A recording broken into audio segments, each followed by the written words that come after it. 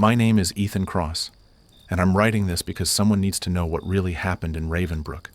Not the sanitized version they'll feed you on the news, not the cover story, the truth. And if you're reading this, it means I'm either dead or they haven't found me yet. It was a Tuesday in July, one of those perfect summer evenings where the heat finally breaks and everything feels right with the world. I was working late at my garage like I always did, lying under Mrs. Patterson's beat-up Honda Civic, trying to coax life back into a transmission that should have been replaced 3 years ago. My back hurt, my hands were covered in grease, and I was debating whether to charge her full price or give her my usual discount because I felt bad for widows. That's the kind of stuff I worried about back then, whether to charge an extra $100, whether I'd have time to grab a beer before the store closed. Normal stuff, boring stuff, the kind of stuff I'd give anything to worry about again. I'm 35, born and raised in Ravenbrook. It's not a big city, maybe 40,000 people, the kind of place where everyone knows everyone and nothing exciting ever happens. My dad worked at the steel mill until it closed, then drank himself to death when I was 19. Left me his house, his debts, and his toolbox. I took the tools, sold the house to pay off what he owed, and opened Cross Automotive Repair on the east side of town. Been fixing cars ever since because it's easier than fixing people. The garage used to be a gas station back in the 70s. The pumps are long gone, but I kept the old sign out front. This rusted metal arrow pointing at nothing. Seemed appropriate for my life. That evening, I had the garage door wide open, letting in the breeze and the smell of someone's barbecue from down the street. Kids were playing basketball at the park 2 blocks over. I could hear the ball bouncing, their voices rising and falling as they argued about fouls and three-pointers. Someone was mowing their lawn, even though it didn't need it. Just normal neighborhood sounds on a summer night. I didn't know I'd never hear those sounds again. "Ethan, you still open?" I rolled out from under the Honda and saw Maya Chen standing in the doorway. She was still in her scrubs from the hospital, looking dead tired like she always did after a double shift. Maya's been my best friend since high school. She's a nurse at Ravenbrook General, one of those people who actually gives a damn about helping folks. We've known each other forever, been through everything together. She knew about my dad, about my brother Jamie who disappeared 7 years ago, about all the crap I don't talk about with anyone else. "For you?" "Always," I said, wiping my hands on a rag even though it didn't help much. "Car trouble?" "Nah, just saw your light on and figured you might want company." She held up a paper bag. "Brought tacos." My stomach growled loud enough for her to hear, and she laughed. "Thought you might have skipped lunch again." "You know me too well." I washed up at the sink in the corner while she set up the food on my desk.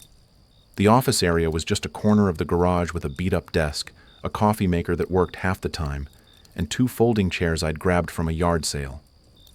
Not much, but it was mine. "Rough day?" I asked, grabbing a taco and taking a huge bite. God, it was good. I hadn't realized how hungry I was. 3 car accidents, 1 heart attack, 2 diabetic emergencies, and some kid who shoved a Lego so far up his nose we needed a specialist to get it out. She shook her head. Just another Tuesday at the hospital. We ate in comfortable silence for a minute. The kind of quiet that only happens between people who've known each other long enough that words aren't always necessary.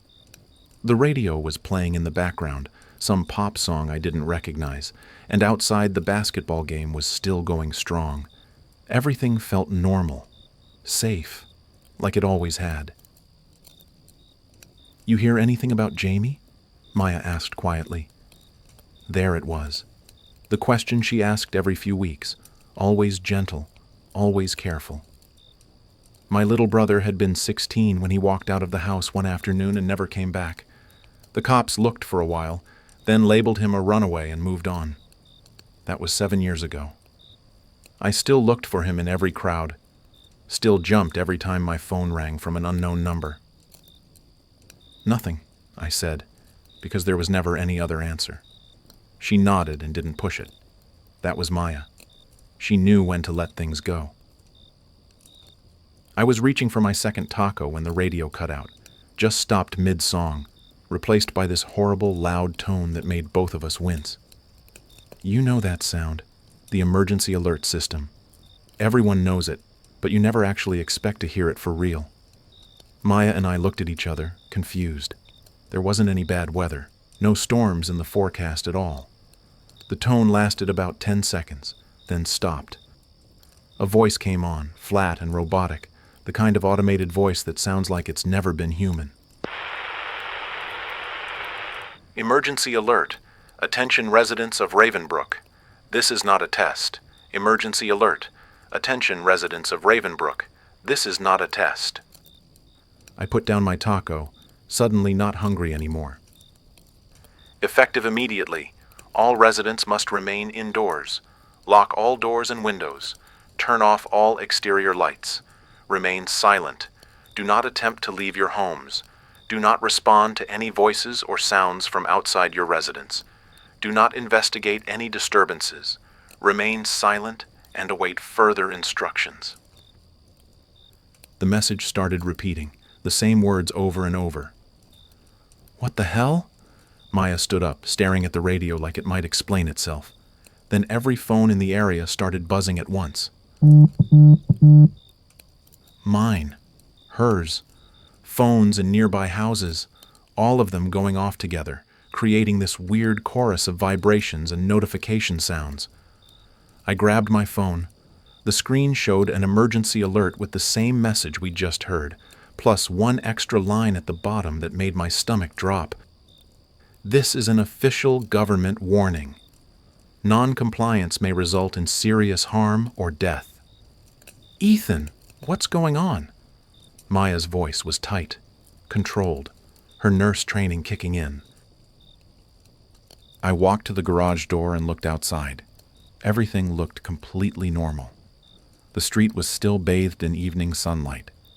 At the park, I could see 3 teenagers staring at their phones. I recognized one of them, Caleb Jenkins, a cocky 17-year-old from a few streets over. Mr. Price, the old widower who lived down the block, was standing on his porch looking confused, holding his phone like he'd never seen one before. Across the street, Holly and David Martinez were unloading groceries from their car, their 2-year-old daughter, Emma, strapped in her car seat, completely oblivious while her parents looked at their phones in panic. Everything looked fine, perfectly normal, except it wasn't. Maya, I said quietly, look at the sky. She came and stood next to me, and I heard her gasp. The sky was wrong. The normal blue was bleeding into something else, these faint red streaks spreading across the horizon like cracks in glass. They pulsed slowly, rhythmically, and staring at them too long made my eyes hurt and my head feel strange. What is that? Maya whispered. I don't know. Behind us, the radio kept playing that message on loop. Remain indoors. Lock your doors. Stay silent. Don't leave. Don't respond to voices outside. At the park, Caleb pointed at the sky and shouted something to his friends. They all looked up, and even from this distance I could see their faces go pale. Then a dog started barking somewhere nearby. Frantic, terrified barking. The kind of sound an animal makes when it's scared out of its mind. And then it just stopped. Not gradually, just cut off instantly, like someone hit a mute button. We need to get inside, Maya said, her voice shaking despite her training. Right now, Ethan. I nodded, but I couldn't stop staring at those red cracks spreading across the sky, pulsing like a heartbeat that was all wrong. That's when I heard the first scream. It came from somewhere north, maybe 4 or 5 blocks away. A woman screaming in pure terror, the kind of scream that makes your blood run cold. It lasted maybe 3 seconds, then cut off abruptly. Silence. Then another scream, closer, then another, then more, overlapping, coming from different directions. Inside now! Maya grabbed my arm hard enough to bruise. I hit the button for the garage door. As it started rolling down, I saw Caleb and his friends running from the park, sprinting like their lives depended on it. Mr. Price stumbled backward into his house and slammed the door. David Martinez abandoned the groceries, grabbed Emma from the car, and ran for his front door while Holly fumbled with her keys, her hands shaking. And at the far end of the street, where the houses ended and empty lots began, I saw something moving, something tall, something that moved wrong, jerking and stuttering like a video skipping frames, like reality itself was glitching around it. The garage door slammed shut with a heavy thud that felt final, sealing us inside with the emergency alert still playing and the screams getting closer and closer. For about 30 seconds, Maya and I just stood there in the darkness of the garage, breathing hard, listening to the emergency alert drone on and on from the radio. My heart was hammering so hard I could feel it in my throat. Outside, the screams continued, some close, some distant, all of them wrong, all of them ending too quickly. "We need light," Maya said, her voice steadier than mine would have been. "We need to see what we're dealing with." I fumbled for the light switch, my hands shaking. The fluorescent lights flickered on, flooding the garage with harsh white light that suddenly felt like the safest thing in the world. The space looked exactly like it had 5 minutes ago, tools on the walls. The Honda Civic still up on the lift, my coffee maker on the desk. Everything normal, but nothing felt normal anymore. "Your phone," I said. "Check if you can get online. Find out what's happening." Maya pulled out her phone, her thumb flying across the screen. I did the same. No signal. The Wi-Fi was dead too. I tried calling 911, but the call wouldn't go through. Just a dead tone, then nothing. "Nothing," Maya said, frustrated. "No internet, no cell service, nothing. It's like everything just died." The lights flickered, once, twice, then steadied. "Okay," I said, trying to think. "Okay." The alert said to stay inside, lock everything, stay quiet. So we do that. We wait for more information. "Ethan." Maya's voice was tight. "What did you see?" I didn't want to answer that. Didn't want to put words to what I'd seen because saying it out loud would make it real. But Maya deserved the truth. Something, I don't know what. It was tall and it moved wrong, like it was skipping through space instead of walking. She was quiet for a moment. "And the sky. Those red cracks." "I know. This isn't a tornado warning. This isn't a chemical spill or a gas leak. I know. So what the hell is it?" I had no answer for that. The emergency alert kept repeating its message, and I realized it was the only sound now. The screams had stopped. The basketball game was silent. No cars, no dogs barking, no lawnmowers. Just that mechanical voice telling us over and over to stay inside, stay quiet, don't respond to anything outside. "We should check the windows," I said. "Make sure everything's locked." The garage only had 2 windows, both small and high up on the side wall. I grabbed a stepladder and climbed up to check them. Both were locked, but looking through them, I could see the street outside, still bathed in evening light but completely empty now. Every house had its doors closed. No one was outside. The Martinez's groceries were scattered across their driveway. A bag of oranges spilled out, rolling slowly toward the gutter. Then I saw movement. It came from between 2 houses across the street, emerging into the fading sunlight like it had always been there, and I'd just failed to notice it. The thing I'd glimpsed before, but now I could see it clearly.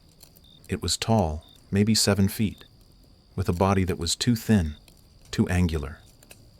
Its skin looked like cracked porcelain, white and smooth but fractured into thousands of tiny pieces. But it was the face that made my stomach turn. Where there should have been features, there was just a flat surface covered in symbols.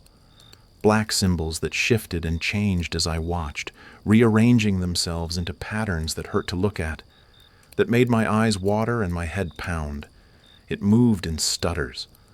One moment it was by the houses, the next it was in the middle of the street, the next it was near the Martinez's car. Not walking, just appearing in different places. like frames cut from a film. "Maya," I whispered. "Get up here." She climbed up next to me, and I heard her sharp intake of breath when she saw it. The creature stopped moving, just stood there in the middle of the street, completely still. Then its mouth opened. I hadn't even realized it had a mouth until that moment, a horizontal slash across the lower part of its face. And from that mouth came a sound. It wasn't loud. It was almost quiet, really. A low humming drone, steady and constant. But something about that sound made every nerve in my body scream danger. The fluorescent lights in the garage flickered in rhythm with it. My phone screen glitched, pixels scrambling. My head felt like someone was pressing on it from the inside. "Get down," Maya hissed, pulling me off the ladder. "Don't look at it. Don't look at its face." We crouched below the window, and even though I couldn't see it anymore, I could still hear that hum. It seemed to vibrate through the walls, through the floor, through my bones. "What is that thing?" I whispered. "I don't know, but that sound, it's doing something to me, making me feel sick, dizzy." She was right. My vision was swimming, my thoughts getting fuzzy. The hum seemed to be getting inside my head, scrambling everything. Then it stopped. The silence was almost worse than the sound. Maya and I looked at each other, both of us pale and sweating. After a long moment, I climbed back up the ladder slowly, carefully, and peeked through the window. The creature was gone. The street was empty again. "It's gone," I said. "Where?" "I don't know." That's when we heard the banging, heavy fists pounding on the garage door, making the metal rattle. "Ethan! Ethan, let me in, please!" A man's voice, panicked and desperate. I recognized it immediately. Caleb, the teenager from the park. "Let me in! Please, they're coming. They're right behind me." Maya grabbed my arm. "The alert said not to respond to voices outside." "That's Caleb. He's a kid." "The alert said, he's a kid, Maya." I moved toward the garage door, my hand reaching for the button. "Ethan, wait!" Maya's voice was sharp. "Think about this. Why would the alert say not to respond to voices? Why would it specifically say that?" I hesitated, my finger hovering over the button. Outside, Caleb kept pounding. "Please! I can hear them. Oh God, they're coming! Ethan, please!" My hand was shaking. Every instinct screamed at me to open the door, to help him. He was 17 years old, just a kid. "Ethan, if we open that door, we might let something else in too," Maya said quietly. "We don't know what those things can do. We don't know if that's really Caleb or if it's one of them. It sounds like him." "I know, but..." The pounding stopped abruptly. Caleb's voice came again, but different now. Calmer. Too calm. "Ethan, I know you're in there. I can hear you breathing. Let me in." The hair on the back of my neck stood up. Something was wrong with his voice. The pitch was right, the words were right, but there was no emotion in it anymore. No fear. Just flat. Empty. "Ethan Cross, open the door." Maya's fingers dug into my arm. "That's not him." "Let me in, Ethan. I'm getting cold out here. So cold. Don't you want to help me? You always help people. That's what you do. You fix things. Fix this. Open the door." The voice was starting to sound less like Caleb. The words were stretching out, distorting, and underneath them, I could hear that hum. Quiet, getting louder. "Open the door, Ethan. Open it. Open it. Open it. Open it. Open it." The words blurred together into nonsense, and the humming grew louder, and the light started flickering again. I backed away from the door, my heart racing. Then silence. Complete silence. Maya and I stood frozen, waiting. 30 seconds passed. A minute. 2 minutes.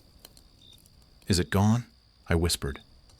Before Maya could answer, something slammed into the garage door so hard the whole building shook.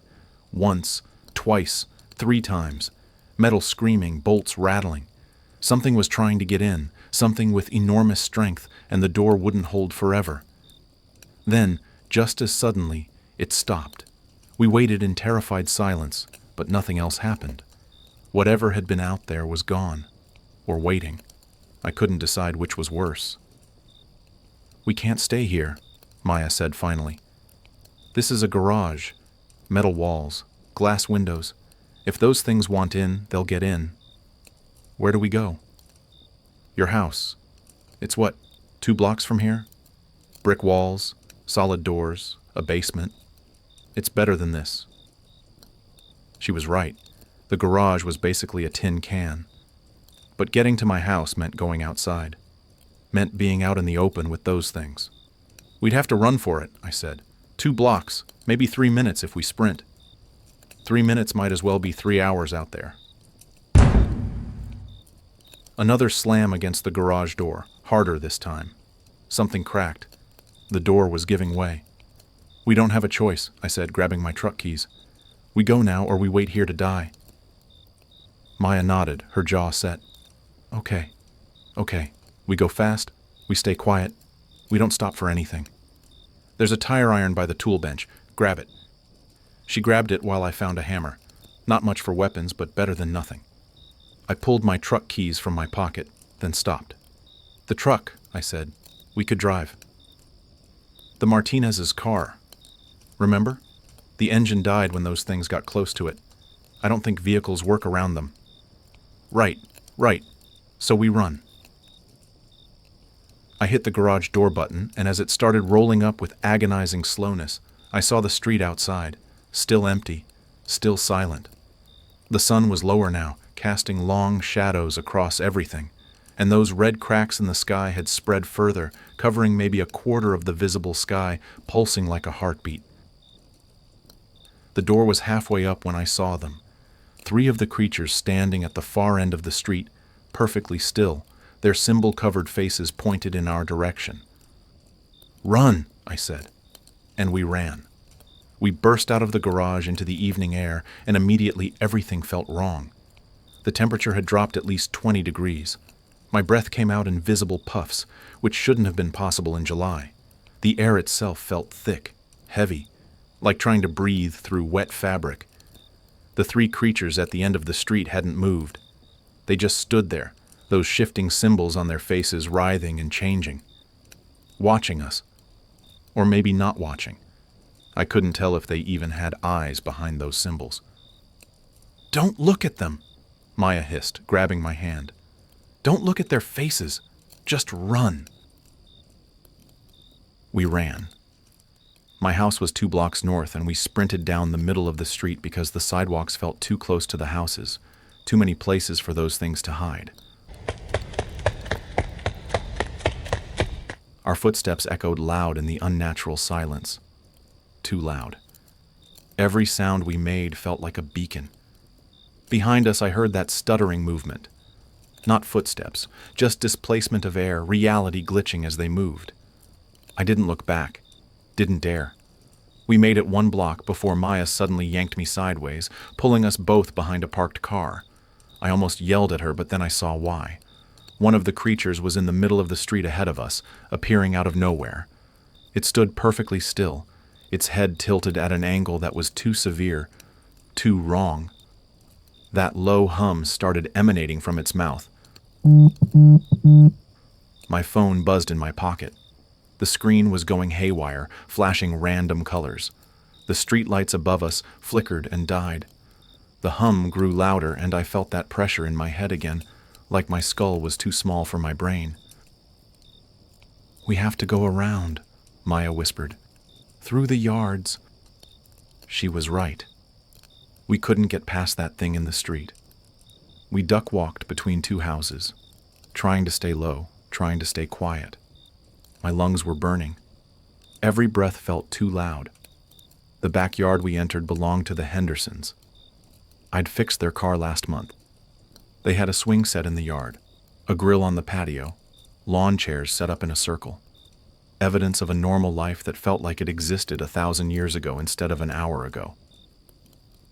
Their back door was open, not just unlocked, open, swinging slightly in the breeze. "Keep moving," Maya whispered, but I'd already seen what was inside. Mrs. Henderson was on the kitchen floor, or what was left of her.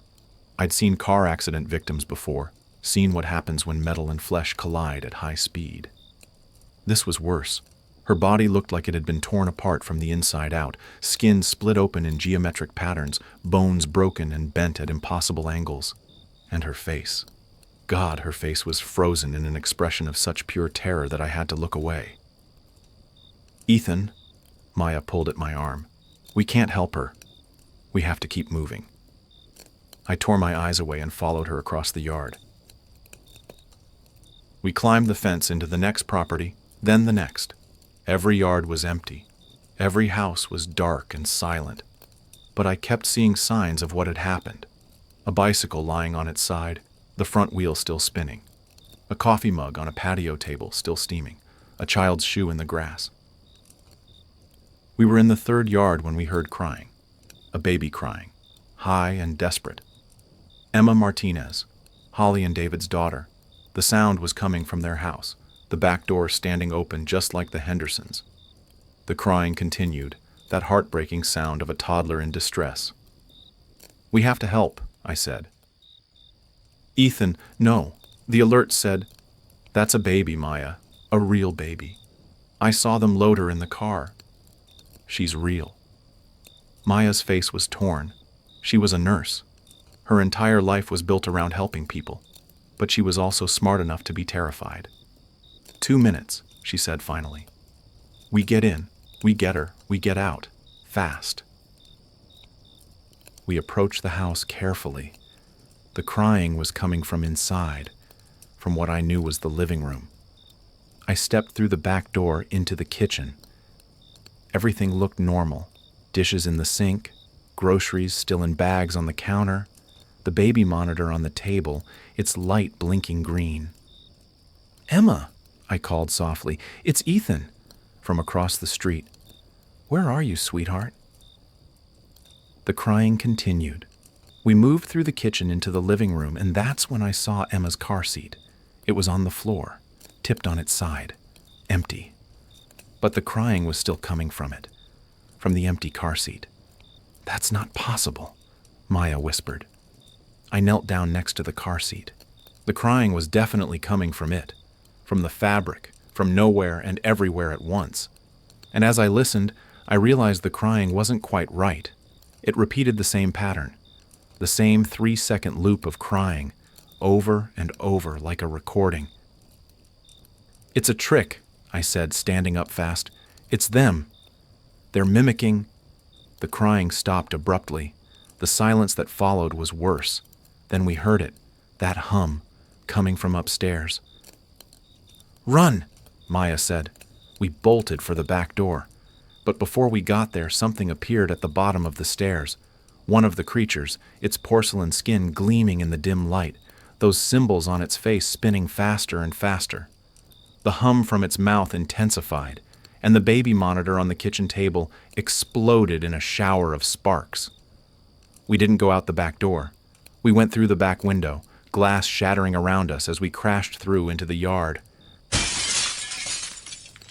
I felt something slice my arm, hot pain, but I didn't stop. We ran, jumping the fence, hearing that stuttering movement behind us. "Your house," Maya yelled. "How much farther?" "Next block?" We rounded the corner onto my street, and I've never been so relieved to see my rundown house with its peeling paint and overgrown lawn. Almost there, almost safe, if anywhere was safe anymore. That's when I saw Mr. Price. He was standing on his porch, waving at us frantically. His face was pale, eyes wide with terror. "Help me," he shouted. "Please! I can't get my door open, it's stuck." He was maybe 30 feet from my front door, an old man, a neighbor, someone I'd known for years. Maya and I hesitated for just a second, and in that second, we saw them. 4 creatures, emerging from between houses, appearing on the street, surrounding Mr. Price's house. They moved in those stuttering bursts, getting closer, and the old man started screaming. Please, help me. Don't leave me out here." I took a step toward him, but Maya grabbed my arm hard enough to bruise. "We can't save him," she said, her voice breaking. "Ethan, we can't. If we try, we all die. He's an old man, and we're all that's left. We have to survive." Mr. Price saw us hesitating, saw us making the choice. The betrayal in his eyes was worse than anything else I'd seen that night. He knew we were abandoning him. "You bastards!" he screamed. "You cowards! Don't leave me! Don't—" One of the creatures reached him. It moved so fast I couldn't track it, just a blur of white porcelain skin, and then Mr. Price wasn't screaming anymore. He wasn't making any sound at all. His body collapsed on the porch, and even from a distance I could see the same geometric patterns of tearing, the same impossible angles. The creatures turned toward us, all four of them. Their symbol-covered faces pointed in our direction, and the humming started. Multiple sources, overlapping, creating a discordant drone that made my teeth ache and my vision swim. "Door!" Maya shouted. "Now!" We sprinted the last 30 feet to my house. I fumbled with my keys, my hands shaking so badly I could barely get the key in the lock. Behind us, the humming grew louder. The streetlights exploded one by one, glass raining down. Car alarms started going off, then cut out. The creatures were coming, stuttering through space, getting closer and closer. The key turned. The door opened. We fell inside, and I slammed it shut, throwing the deadbolt, the chain, everything. Maya pushed my couch against the door while I ran to the windows, checking locks, pulling curtains closed. "Basement," I said. "We need to get to the basement. No windows down there.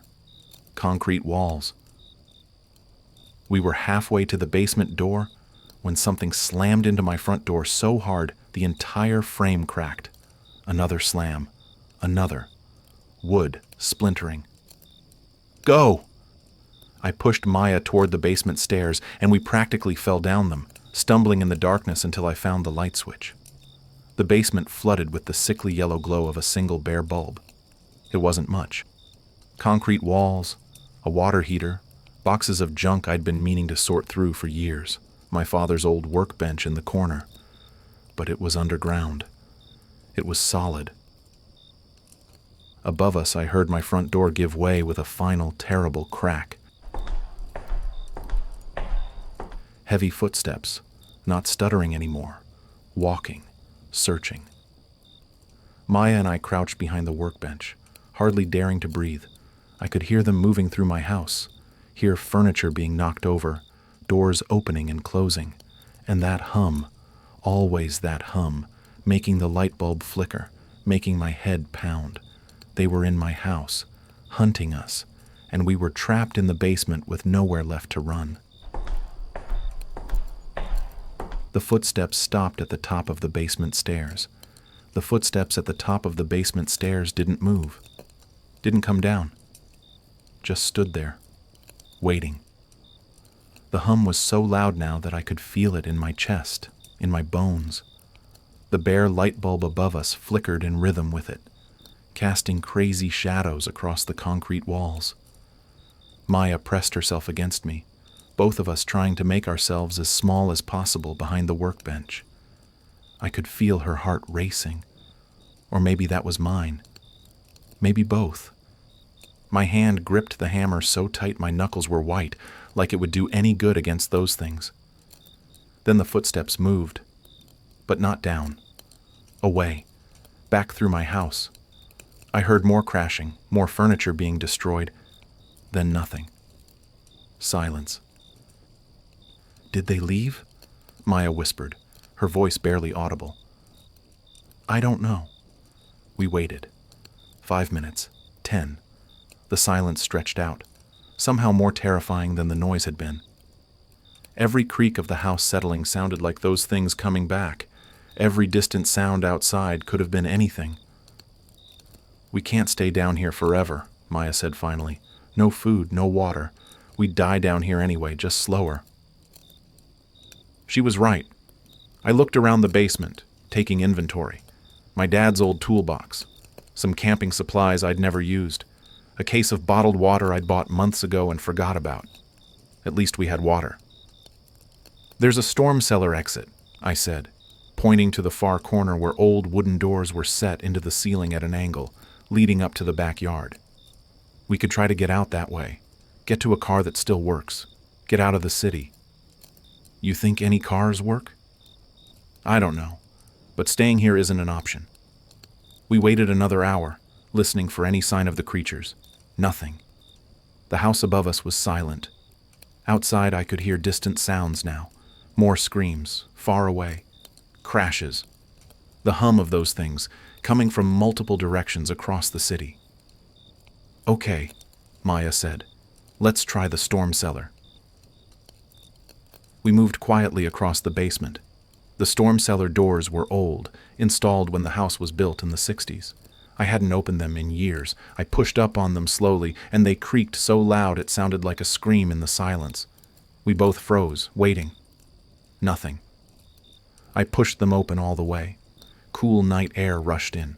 The sky above was completely dark now, but those red cracks had spread everywhere, covering the entire visible sky like a shattered windshield. They pulsed steadily, and by their light, I could see my backyard. It was empty. No creatures. No movement. "Clear," I whispered. We climbed out into the yard, staying low. My neighborhood looked like a war zone. Broken windows, doors hanging off hinges. Mr. Price's body was still on his porch, illuminated by that pulsing red light. I forced myself to look away. "There," Maya pointed. Down the street, in the driveway of the Johnsons' house. Their SUV sat untouched. "We try for that." We moved between yards again, using every bit of cover we could find. The silence was oppressive. No insects, no night birds, nothing. Just that distant hum from somewhere in the city, and the sound of our own breathing. We'd made it halfway to the SUV when we heard voices. Human voices, multiple people, talking in hushed, urgent tones. "Over here," Maya whispered, pulling me behind a hedge. Through the branches I could see them, a group of maybe 6 people, all huddled together on someone's front lawn. I recognized a few faces. Holly Martinez was there, without David or Emma. A young guy named Caleb, and I realized with a sick feeling that it was actually him this time. Not one of those things mimicking his voice. 2 others I didn't know, and with them was someone I did know. Mrs. Patterson, the widow whose car I'd been fixing. She was crying, clutching a baseball bat like it was the only thing keeping her sane. "We have to join them," I said. "Safety in numbers." "Or we become a bigger target," Maya countered. Before we could decide, one of the strangers in the group stood up, a woman in her 40s, wearing a business suit that was torn and covered in dirt. "We can't just sit here," she said loudly. Too loudly. "My husband is out there. My kids. I have to find them." "Keep your voice down," Caleb hissed. "They hear sound." "I don't care," the woman shouted. "I'm not hiding anymore." "Paul, Sarah, where are you? Mommy's here." "Shut up." Holly grabbed the woman's arm. The woman shoved Holly away. "Get off me!" "Paul, Sarah." She started running down the street, screaming her family's names. The others called after her, begging her to stop, but she didn't listen. She just kept running and screaming. It took maybe 10 seconds. 3 creatures appeared in the street ahead of her, materializing out of nothing. She ran right into them, still screaming. The hum started, and she dropped to her knees, clutching her head. Blood started running from her nose, her ears. She was still screaming, but it wasn't words anymore, just raw sound. Then the creatures descended on her, and I looked away. The sounds were enough. More than enough. When I looked back, she was gone. Just gone. Like she'd never existed. The group on the lawn was silent, frozen in horror. Then Caleb was moving, waving at us. "Hey, you two, get over here, quick!" Maya and I exchanged glances, then ran across the open space to join them. The moment we reached them, Holly grabbed me. "Where's David? I asked. "Where's Emma?" Holly's face crumpled. "David went to get formula from the store when it started. He never came back. Emma? She was in her room. I heard her crying. But when I went to get her..." She couldn't finish. Didn't need to. I understood. "I'm sorry," I said, knowing how inadequate the words were. "We need a plan," Caleb said. He was trying to sound tough, but I could hear the fear underneath. "We can't just wait here to die." "The emergency alert said to stay inside," Mrs. Patterson said, her voice shaking. "We should do what it says." "Inside didn't save anyone," one of the strangers said, a man in his 20s with blood on his shirt. "I watched those things tear through my apartment building. Walls don't stop them." "Then what do we do?" Holly asked desperately. That's when we heard it. The sound of engines, big engines, and lights, bright white lights, cutting through the darkness from the south end of the city. "Is that the military?" Caleb said. "Are they rescuing people?" We all moved toward the street, watching as a convoy of vehicles approached. Not military trucks. These were different. Black armored vehicles with no markings, no flags, nothing identifying them. They moved slowly through the street, spotlights sweeping across houses. "Over here!" Mrs. Patterson started waving. "We're here! Help us!" "Wait," Maya grabbed her arm. "Something's wrong." "What are you talking about? They're here to save us." But Maya was right. Something was wrong. The vehicles stopped in the middle of the street, and soldiers poured out. But they weren't dressed like any soldiers I'd ever seen. Black tactical gear, helmets with completely opaque face shields, no insignia, no names, nothing. And they weren't fighting the creatures. They were working around them. I watched as two of the creatures stood in the middle of the street, and the soldiers just walked past them like they weren't even there. One soldier was carrying some kind of device, a metal cage attached to a long pole, and he was herding one of the creatures into the back of a truck. "They're catching them," I said. "They're not here to rescue us. They're catching those things." "That doesn't make sense," Caleb said. But it did. It made horrible sense. The creatures hadn't just appeared. They'd been brought here, or released here, and now someone was collecting them, studying them. One of the soldiers spotted our group. He raised a hand, and immediately 4 others turned toward us. They started walking in our direction, not hurrying, just walking with terrible purpose. "Everyone stay calm," the lead soldier said, his voice filtered through a speaker in his helmet. "We're here to extract civilians. You'll be taken to a secure location."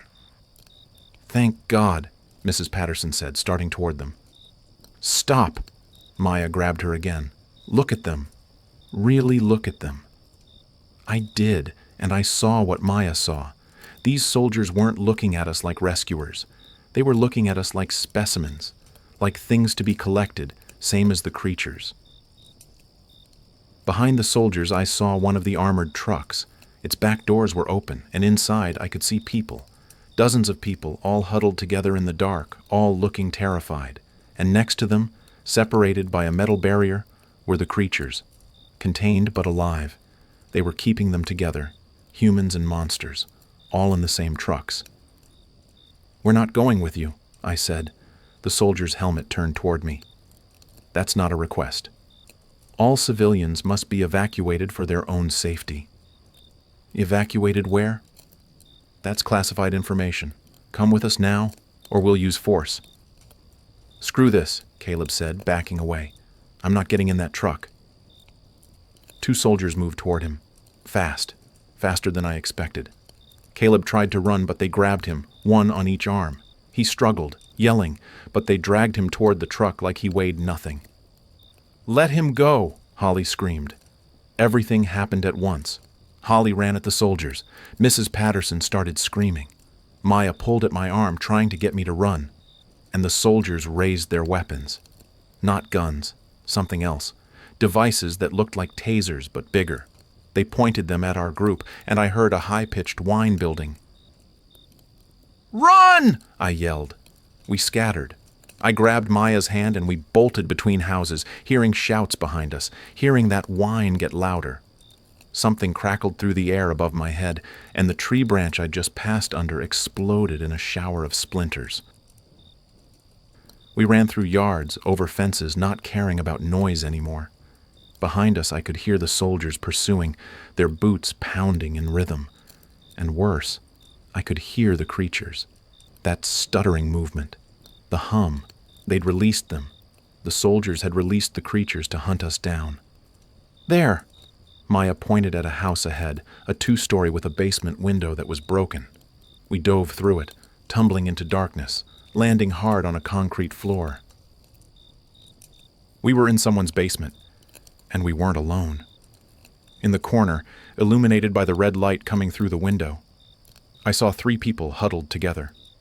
A man, a woman, and between them, a teenage girl, maybe 16. "Don't move," the man said, and I saw he had a gun. His hands were shaking, but the barrel was pointed right at us. "Don't move, or I'll shoot." "We're not infected," I said, raising my hands. "We're just trying to survive, same as you." That's what the last one said, right before it changed. "Changed?" Maya asked. "What do you mean, changed?" But before he could answer, we heard it, above us, inside the house, footsteps, dozens of them. The soldiers had followed us, and they'd brought the creatures with them. We were trapped. The man with the gun kept it trained on us, but his attention was on the ceiling. We could all hear them now, boots on hardwood floors, that stuttering movement of the creatures, and the hum, always the hum. "What did you mean someone changed?" Maya whispered, her voice barely audible. The woman in the corner spoke, her voice flat with shock. "My neighbor. She was fine, normal." Then she started scratching at her skin, saying it felt wrong. And then she swallowed hard. Her face, it started changing, growing those symbols. She started making that sound. "That's not possible," I said, but even as the words left my mouth, I knew they meant nothing. None of this was possible, yet here we were. "The creatures aren't just killing people," the man said. "Some of them, they're changing them, converting them." We watched it happen to 3 people on our street. "How long does it take?" Maya asked. Her nurse training was kicking in, trying to understand, trying to find logic in madness. "Hours, maybe less. We don't know. We locked ourselves down here 6 hours ago." Above us, furniture was being moved. Doors kicked open. They were searching the house systematically. It was only a matter of time before they found the basement door. "There's got to be another way out," I said, looking around desperately. The basement was bigger than mine, full of storage boxes and old furniture. But I didn't see any storm cellar exits, no windows big enough to crawl through. "There isn't," the man said. The teenage girl between them started crying softly. "I don't want to change. Mom, I don't want to become one of those things." "You won't, baby. I won't let that happen." But the woman's voice was hollow. She didn't believe her own words. The footsteps stopped directly above us. Then we heard the basement door open. Boots on stairs, coming down slowly, methodically. "Behind the furnace," Maya hissed. "Now!" The 6 of us scrambled behind the old furnace in the corner, pressing ourselves into the shadows. The man still had his gun out, and I gripped my hammer, knowing how useless it would be. A soldier appeared at the bottom of the stairs, his opaque face shield sweeping across the basement. He was alone, which seemed stupid until I realized he didn't need backup. They had the creatures for that. "This is your final warning," the soldier's filtered voice announced. "Emerge now for safe evacuation, or we will extract you by force." None of us moved. None of us even breathed. The soldier stood there for a long moment, then reached for something on his belt, a small device. He pressed a button, and suddenly that hum filled the basement. Not from him, from the stairs behind him. One of the creatures descended, its porcelain skin gleaming in the dim light, those symbols on its face spinning and shifting. It moved in that stuttering way, appearing at the bottom of the stairs, then 3 feet closer, then right in the middle of the basement.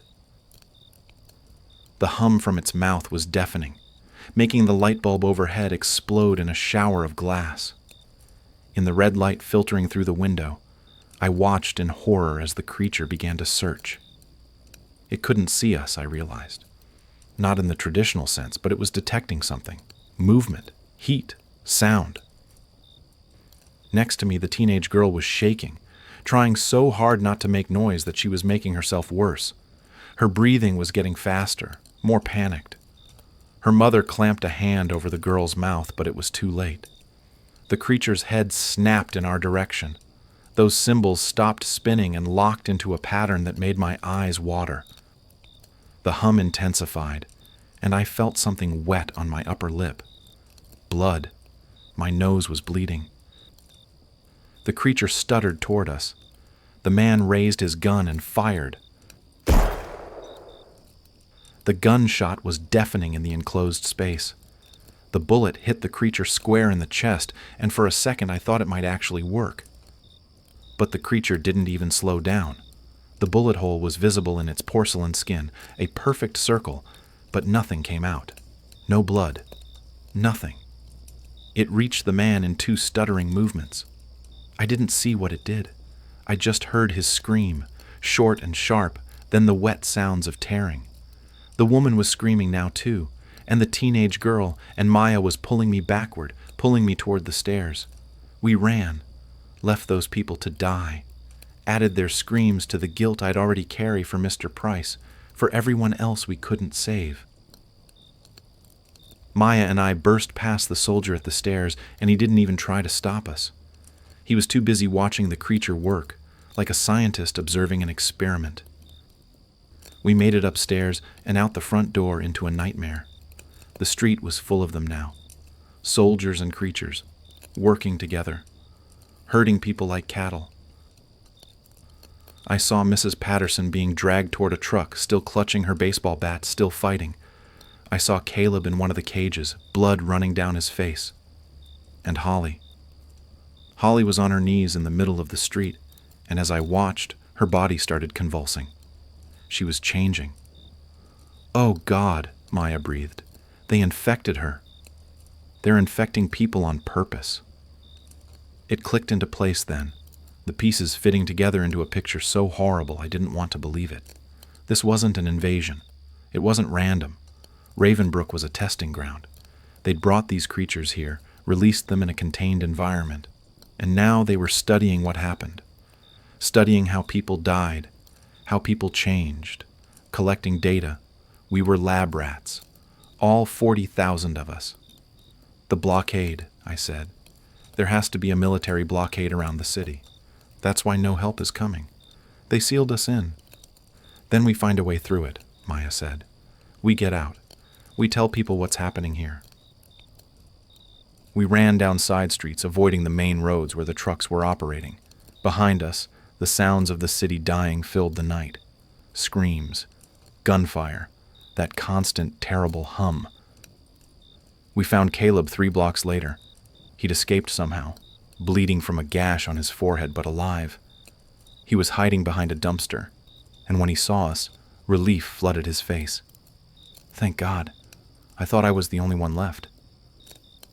"How'd you get away?" Maya asked. "They were loading us in trucks." One of the creatures got loose. In the chaos, I ran. He looked at us with desperate eyes. "Where do we go? What do we do?"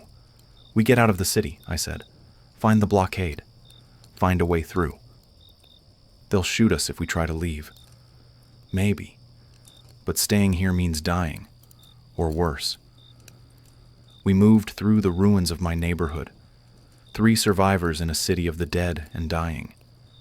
The red cracks in the sky pulsed overhead like the heartbeat of some massive, malevolent thing. And ahead of us, in the distance, I could see lights. Bright lights. The blockade. We made it to the edge of Ravenbrook, just as dawn was breaking. The city limits were marked by a wall of military vehicles, concrete barriers, and armed soldiers. Real soldiers this time, not the faceless ones in black. These had American flags on their shoulders, names on their uniforms, but they weren't letting anyone out. We watched from hiding as a family of 4 approached the blockade, begging to be let through. The soldiers raised their weapons and forced them back. One man tried to make a run for it through the barriers. They shot him, not to wound, to kill. "They're not letting anyone leave," Maya said. "We're all infected as far as they're concerned. They're keeping the contamination contained." "There has to be a weak point," Caleb said. "A gap we can slip through." We spent the next hour searching, moving along the perimeter, but everywhere we looked it was the same: soldiers, barriers, weapons, and orders to shoot anyone who tried to leave. That's when we found the other survivors, a group of about 20 people, all hiding in an abandoned warehouse near the city's edge. Among them was someone I never expected to see: David Martinez, Holly's husband. "David?" I couldn't believe it. "We thought you were dead." "I should be." His eyes were haunted. "The store where I went for formula. Those things attacked. I hid in a freezer for 6 hours. When I came out, everything was gone. Everyone." He grabbed my arm. "Holly, Emma, are they—" I couldn't tell him, couldn't find the words, but my face must have said enough. "No." He sank to his knees. "No, no, no." Maya knelt beside him, putting a hand on his shoulder, but there was nothing she could say, nothing anyone could say.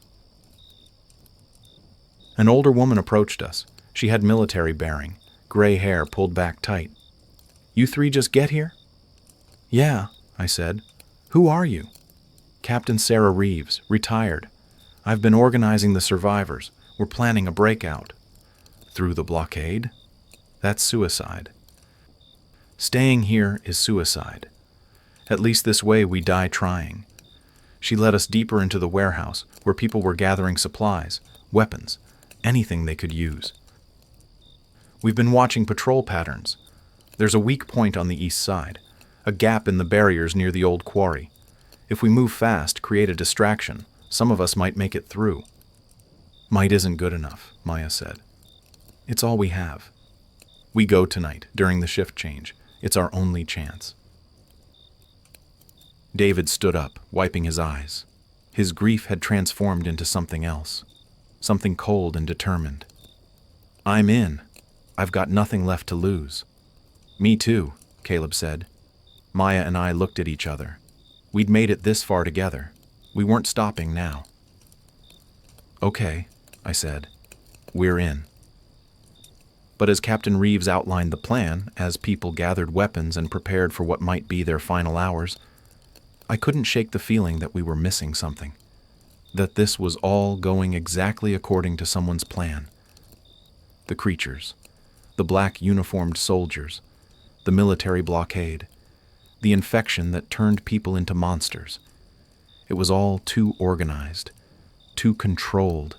Someone had orchestrated this entire nightmare, and something told me they weren't done with us yet. As night fell and our group prepared to make our desperate run for freedom, I looked back at Ravenbrook, my home, the city where I'd lived my entire life. It was burning now, fires spreading through the streets, the red cracks in the sky pulsing brighter than ever. "Whatever happens," Maya said quietly beside me, "we tried. We survived when we shouldn't have. That counts for something." "Does it?" She didn't answer, because we both knew the truth. Survival meant nothing if you were the only one left. If everyone you knew was dead or changed or captured. If the world outside didn't even know what happened here. "Move out!" Captain Reeves called. "Stay quiet. Stay together.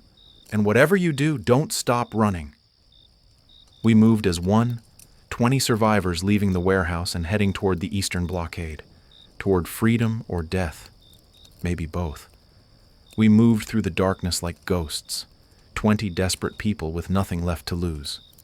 Captain Reeves led the way, using hand signals to keep us quiet and coordinated. The city burned behind us, painting everything in flickering orange light that mixed with the pulsing red from the sky above. The eastern blockade loomed ahead, massive concrete barriers topped with razor wire and floodlights that swept across the ground in steady patterns. Soldiers patrolled the perimeter, but Reeves was right.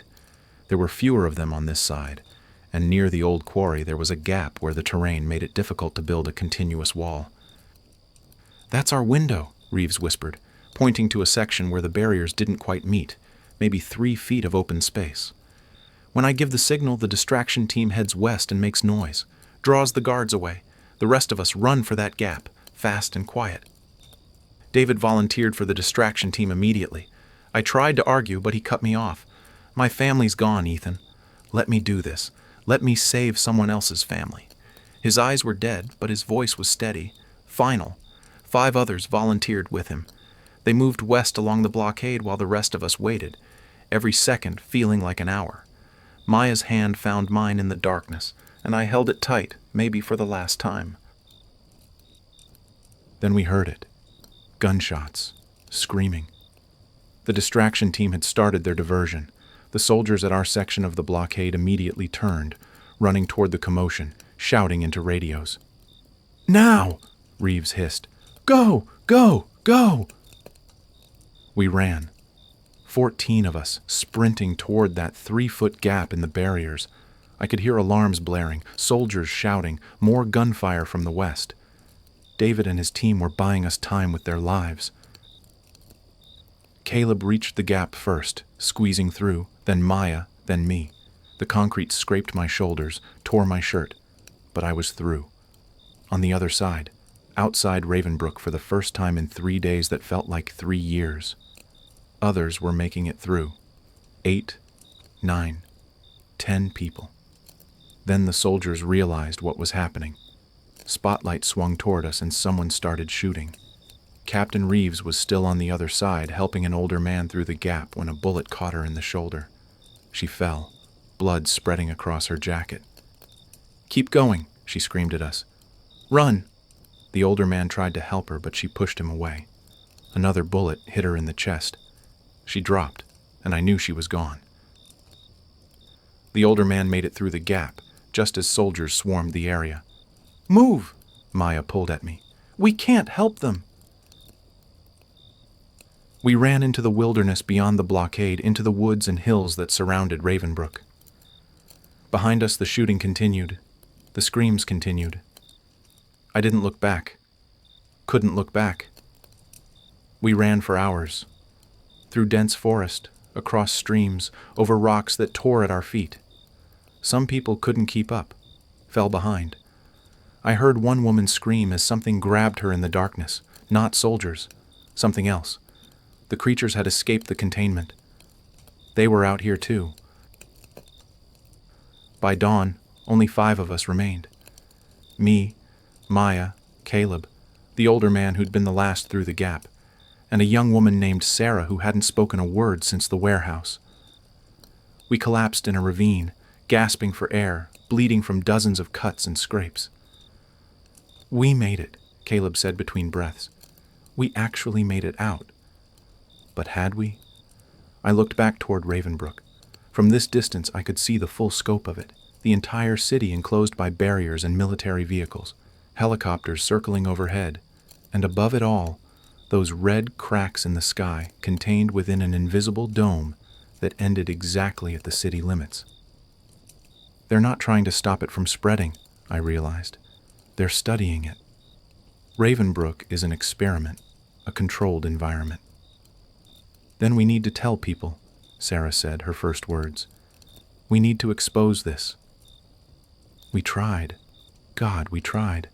We flagged down a state trooper on a highway 20 miles from Ravenbrook. He took one look at us, bloody and babbling about monsters and conspiracies, and called for backup. They took us to a hospital, separated us, questioned us for hours. But nobody believed us. How could they? We sounded insane. And when we tried to show them proof, tried to point them toward Ravenbrook, we were told the city was under quarantine due to a chemical leak. Evacuated, everyone safely relocated. The roads were closed, no media allowed near. They kept us in the hospital for 3 days, treating us for exhaustion and dehydration and what they called trauma-induced delusions. They were kind about it, sympathetic even. But they didn't believe a word we said. On the 4th day, men in suits came. Government types with fake smiles and cold eyes. They sat us down one by one and explained things very carefully. There had been an accident, a chemical spill from an old industrial site. Everyone was fine. We were confused, traumatized.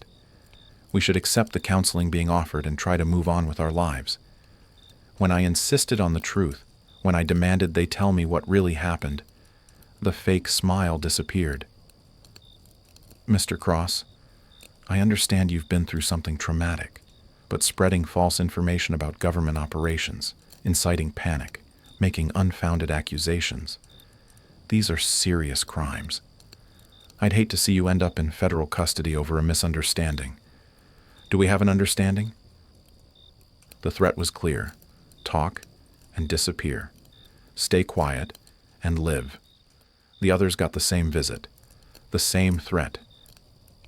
Within a week we were released, given new identification, some money, and strongly encouraged to relocate far from the area. To start over. To forget. Caleb moved to California. Sarah went to Florida. The older man, his name was George, went back to his family in Ohio. I don't know if they kept quiet or if they tried to talk and were silenced more permanently. Maya and I stayed together. We moved to a small town in Oregon, as far from Ravenbrook as we could get while staying in the country. We got jobs, tried to build something like a normal life. But every night, I dream about those creatures, about Mr. Price's betrayed eyes, about David sacrificing himself, about all the people we left behind. And every night, I wake up and check the news, waiting to see if it's happened again, if another city has gone dark, if more people have become test subjects in some hidden government program. It's been 3 months now. Ravenbrook doesn't exist anymore. Not officially.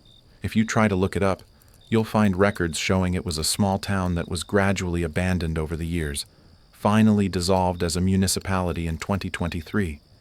The few thousand people who lived there simply relocated. Nothing unusual, nothing worth investigating. But I know the truth. 40,000 people lived in Ravenbrook.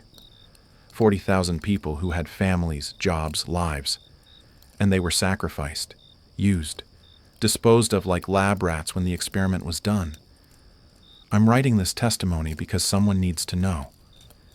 Because even if I can't prove it, even if the world won't believe me, the truth deserves to be told. Maya says I should stop, that it's too dangerous, that they're watching us. She's probably right. Every time I sit down to write this, I feel like I'm being watched. Every unknown car on our street could be them. Every stranger could be there to silence us, but I can't stay quiet. I won't. If you're reading this, if somehow this document has found its way to you, please believe me. Ravenbrook was real. The creatures were real. The government that unleashed them and then covered it all up is real. And here's what terrifies me most. I don't think Ravenbrook was the first. Those soldiers, those black uniformed ones without names or insignia, they were too organized, too practiced, like they'd done this before. And the creatures, the way they were contained and controlled, that takes time to develop. Years, maybe. How many other cities have there been? How many other testing grounds? How many other survivors were threatened into silence or simply eliminated? I don't know. But I know this. It will happen again. Maybe it's happening right now in some other city you've never heard of. Some other place that will quietly disappear from the maps. So here's my warning. The one I wish someone had given us. If you hear an emergency alert that doesn't make sense, one that tells you to stay silent, to not respond to voices outside, to not leave your home, don't obey it. Don't trust it. Don't wait for help. Run. Immediately. Don't pack. Don't hesitate. Don't try to save everyone, just run as far and as fast as you can. Don't trust the rescuers when they come. Don't get in their trucks. Don't believe them when they say you're being evacuated to safety. And if you make it out, if you survive, be careful who you tell. Because they're watching. Always watching. And they'll do anything to keep their experiments secret. My name is Ethan Cross. I was a mechanic in Ravenbrook, a city that no longer exists. I'm 35 years old, and I'm probably going to die for writing this. But if it saves even one person, if it warns even one city, then maybe all the guilt, all the nightmares, all the people we couldn't save, maybe it will mean something. Maya just came into the room. She's telling me to stop writing, to delete this file. She's scared. I'm scared too. But I'm hitting save. I'm uploading this to every anonymous server I can find. I'm making sure it can't be completely erased. If you hear the alert, run. If they come for you, fight. And if you can't escape, at least know the truth. You're not victims of an invasion or a natural disaster. You're test subjects. And they knew exactly what they were doing when they decided your life was expendable. Don't let them forget we existed. Don't let Ravenbrook be erased from history. Remember us. Ethan Cross.